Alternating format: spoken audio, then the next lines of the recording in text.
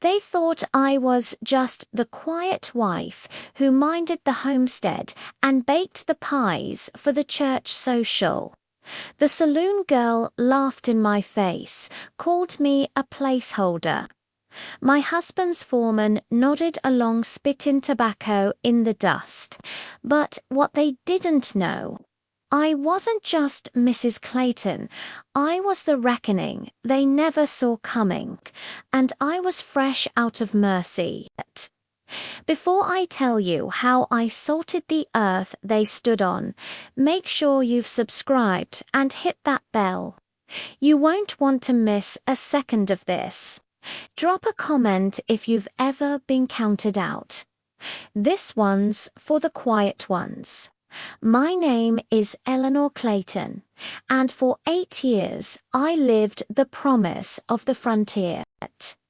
My husband, Silas Clayton, wasn't just a rancher.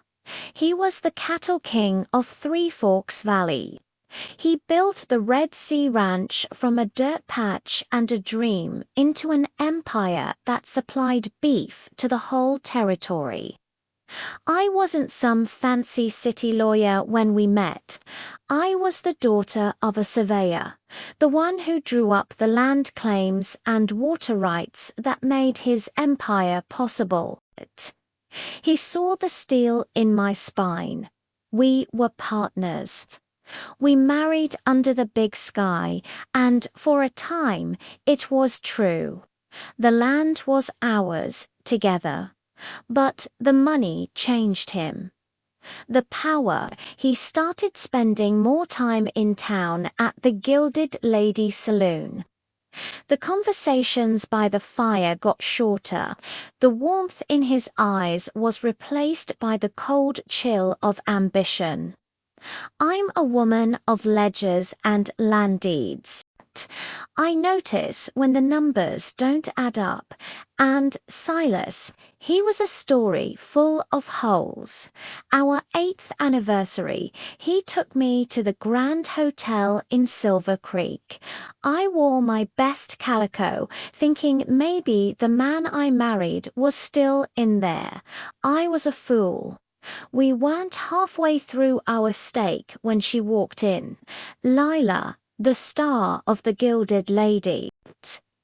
She sauntered right up to our table, the scent of cheap perfume and whiskey clinging to her.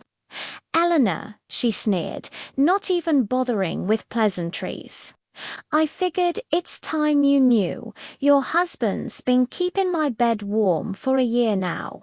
You're just the placeholder, darling, the respectable wife for his business deals. Me, I'm his future."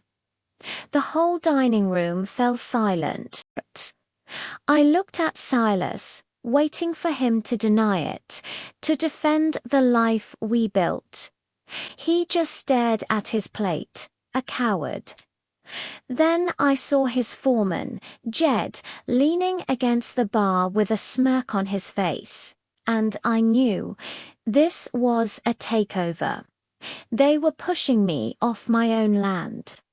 I stood up, my chair scraping against the wooden floor. I looked Lila dead in the eye.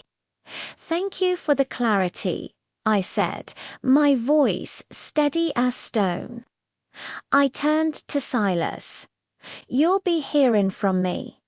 And I walked out, the whispers and the stares following me into the street. But I didn't go home to cry. I went to the homestead strongbox. See, Silas trusted me with the books, the land grants, the cattle tallies, because I was his wife.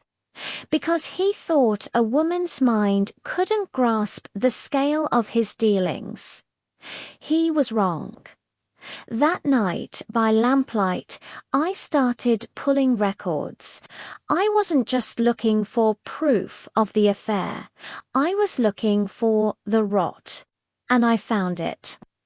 Payments to a supply company that didn't exist. fake invoices for cattle that were never bought, land deeds being shuffled through shell holdings with names I didn't recognize. Jed was his muscle, and Lila, she was the funnel, using the saloon's books to wash the money. They were stealing from the ranch. From our ranch, they were siphoning off thousands, maybe tens of thousands, right from under the investors' noses. They thought I was just a homesteader's wife. They forgot I was the one who mapped this valley. I didn't sleep for 2 days. I built a case tighter than a drum. I mapped every fraudulent transaction, every doctored tally. Then I rode out. I didn't go to a lawyer. I went to the U.S. Marshal's office and the Land and Claim Authority. I showed them my ledger. The marshal whistled. "Ma'am," he said, "this is a hanging offense." I filed for divorce the next week. Silas, through his lackey, Vay, offered me a pittance, a few $100s and a one-way ticket back east. I played the broken woman. I agreed. He thought he'd won. He was wrong.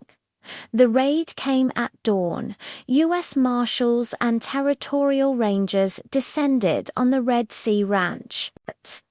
They seized ledgers, arrested Jed for fraud and cattle rustling, and took Lila from her saloon for her part in the money scheme.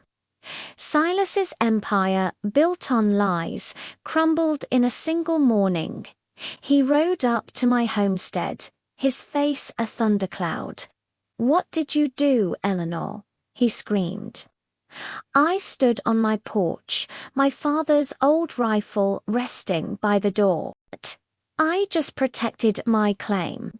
Silas, same as you taught me." Jed turned on him faster than a cornered rattlesnake, giving the marshals everything they needed to hang the whole scheme on Silas. The cattle king was dethroned, all his assets, the land, the cattle, the holdings, were forfeit. As his lawful wife, the land I helped secure was mine, all of it. I saw Lila once more being loaded into a prison wagon. No smirk, no sneer, just fear. I hope she understood.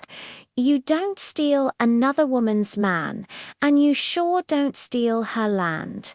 Silas is sitting in a territorial prison, Jed's swinging from a rope for cattle rustling, and me, I'm the largest landowner in Three Forks Valley. I wake up with the sun on my face, on land that is mine, free and clear.